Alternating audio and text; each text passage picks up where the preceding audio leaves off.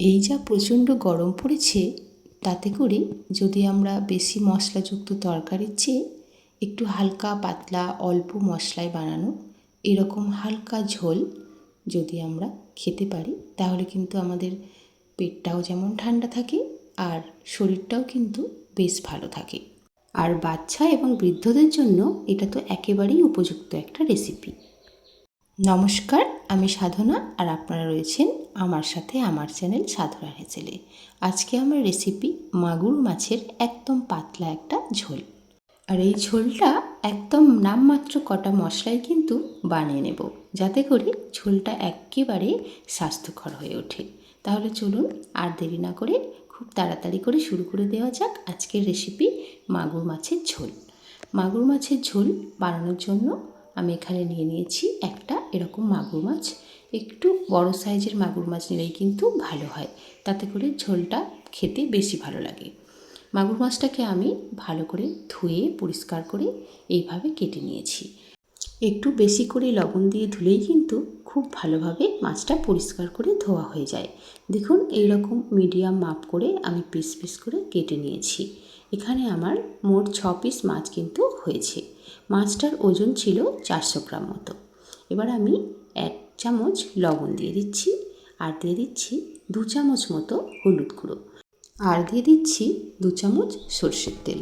সর্ষের তেলটা কিন্তু অবশ্যই করে দেবেন, তাতে করে মাছ কিন্তু ভাজার সময় একটুও ফাটবে না, কারণ এই সমস্ত আঁশবিহীন মাছগুলো কিন্তু ভাজার সময় খুব ফাটে। এবার আমি ভালো করে হলুদ, তেল এবং লবণটাকে ভালো করে মাছের সঙ্গে সুন্দর করে মিশিয়ে নিচ্ছি। দেখুন, এইভাবে খুব ভালো করে মাখিয়ে নিতে হবে। এবার আমি ওভেনে একটা কড়াই বসিয়ে দিয়েছিলাম। কড়াই ভালো করে গরম হয়ে এলে এখানে আমি দিয়ে দিচ্ছি 4 থেকে 5 চামচ সর্ষের তেল। সর্ষের তেলটা ভালো করে কড়ার মধ্যে নাড়িয়ে দিয়ে আমি মাছগুলোকে দিয়ে দিয়েছি। এবার মাছগুলোকে ভালো করে ভেজে নিতে হবে। আমি তাও একটা ঢাকনা চাপা দিয়ে দিলাম, যদি কোনোভাবে ফাটে তাহলে সেটা থেকে বাঁচা যাবে। আর তাছাড়া মাগুর মাছটা একটু শক্ত হয়, ঢাকনা দিয়ে ভাজলে মাছটা খুব ভালো করে নরম হয়ে ভাজাও হয়। আমার এক পিঠ হয়ে গেছে, আমি মাছগুলোকে উল্টে দিচ্ছি। পরের পিঠটাও এই রকম লাল লাল করে ভেজে নিতে হবে। গ্যাসের ফ্লেমটা লোতে রেখেই মাছগুলোকে ভাজতে হবে।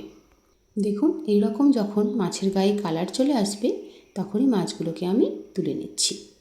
দেখুন, আমি সবগুলো মাছকে কিন্তু তুলে নিয়েছি। এবার কড়াইতে যে তেলটা অবশিষ্ট ছিল সেখানে আমি দিয়ে দিয়েছি 1 চামচ গোটা জিরে আর একটা কাঁচা লঙ্কা। কাঁচা লঙ্কাটা আমি মাঝখান থেকে চিড়ে রেখেছিলাম। কাঁচা লঙ্কা আর গোটা জিরেটা একটু ভাজা ভাজা হয়ে এলে এখানে আমি দিয়ে দেব কেটে রাখা পেঁপে। পেঁপেটা দিয়ে দিয়েছি। এখানে আমি একটা মিডিয়াম মাপের পেঁপেকে ভালো করে ধুয়ে পরিষ্কার করে এই রকম লম্বা লম্বা করে কেটে রেখেছিলাম। পেঁপেটা দিয়ে খুব ভালো করে একটু ভেজে নেব। এখানে বলে রাখি, সবজিগুলো কিন্তু বেশি ভাজার দরকার নেই, অল্প অল্প হালকা হালকা ভেজে নিলেই হবে। পেঁপেটা একটু ভাজা ভাজা হয়ে এলে দিয়ে দিয়েছি আলু। এখানে আমি 2টো মিডিয়াম মাপের আলু কেটে রেখেছিলাম, সেটা দিয়ে দিয়েছিলাম। আর 2টো কাঁচকলা এইভাবে কেটে পরিষ্কার করে রেখেছিলাম, সেটাও আমি দিয়ে দিয়েছি। দিয়ে ভালো করে সবজিটা একটু নাড়াচাড়া করে ভেজে নেব। একদম হালকা করেই ভাজবো। দেখুন, এইভাবে নাড়াচাড়া করে করে হালকা করে ভেজে নিতে হবে। সবজিটা ভাজার সময় গ্যাসের ফ্লেমটাকে আপনারা মিডিয়ামে রাখবেন, তাহলে সবজিগুলো দেখবেন খুব ভালোভাবে ভাজা হবে। এইভাবে 3 থেকে 4 মিনিট সবজিগুলোকে হালকা করে একটু ভেজে নিতে হবে। এই রকম গায়ে হালকা হালকা কালার আসলে দিয়ে দিতে হবে 1 চামচ লবণ এবং 1 চামচ হলুদ গুঁড়ো। লবণ এবং হলুদ গুঁড়োটা দিয়ে আবারও ভালো করে সবজির সঙ্গে মিশিয়ে নিচ্ছি এবং আবারও একটু ভালো করে 1 মিনিট মতো সময় নিয়ে ভেজে নিচ্ছি। দেখুন, সবজিগুলো কিন্তু আমার খুব বেশি ভাজা হয়নি, একদম হালকা হালকা করে ভাজা হয়েছে। এবার আমি দিয়ে দিচ্ছি 1 চামচ গ্রেট করে রাখা আদা, 1 চামচ জিরে গুঁড়ো এবং 1 চামচ ধনিয়া গুঁড়ো, আর একটা মিডিয়াম সাইজের টমেটোকে এরকম কুচি করে রেখেছিলাম, টমেটোটা দিয়ে দিচ্ছি। দিয়ে খুব ভালো করে মশলাটা সবজির সঙ্গে মিশিয়ে নিতে হবে। দেখুন, এইভাবে ভালো করে নাড়াচাড়া করে করে মশলাটাকে মেশাতে হবে। এখন আমি এখানে দিয়ে দিচ্ছি অল্প সামান্য কয়েকটা দানা চিনি, যাতে করে তরকারিটার টেস্টটা কিন্তু অনেকটাই ভালো আসবে। এই সময় গ্যাসের ফ্লেমটাকে কিন্তু লোতেই রাখবেন। লোতে রেখে খুব ভালো করে মশলাটা মিশিয়ে নিয়ে সামান্য একটু জল দিয়ে দিলাম, যাতে মশলাটা আরও ভালো করে সবজির সঙ্গে মিশে যায়।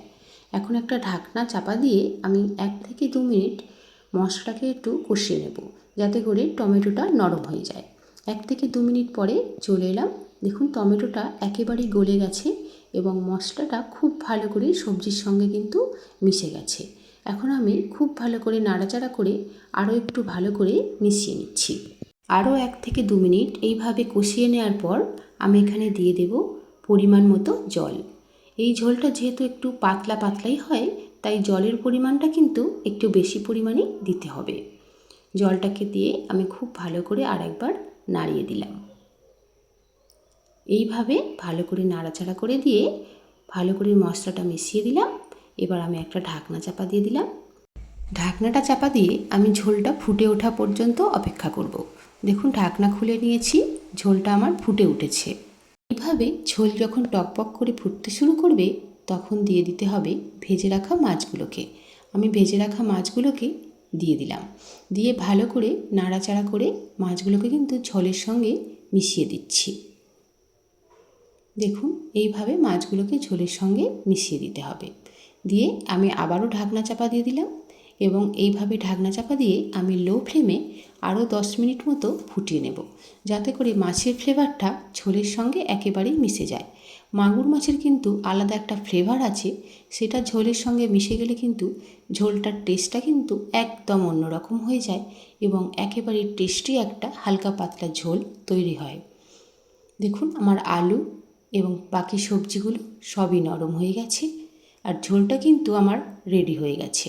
আর এরকম গরম গরম মাগুর মাছের ঝোল কিন্তু গরম ভাতে খেতে বেশ ভালো লাগে।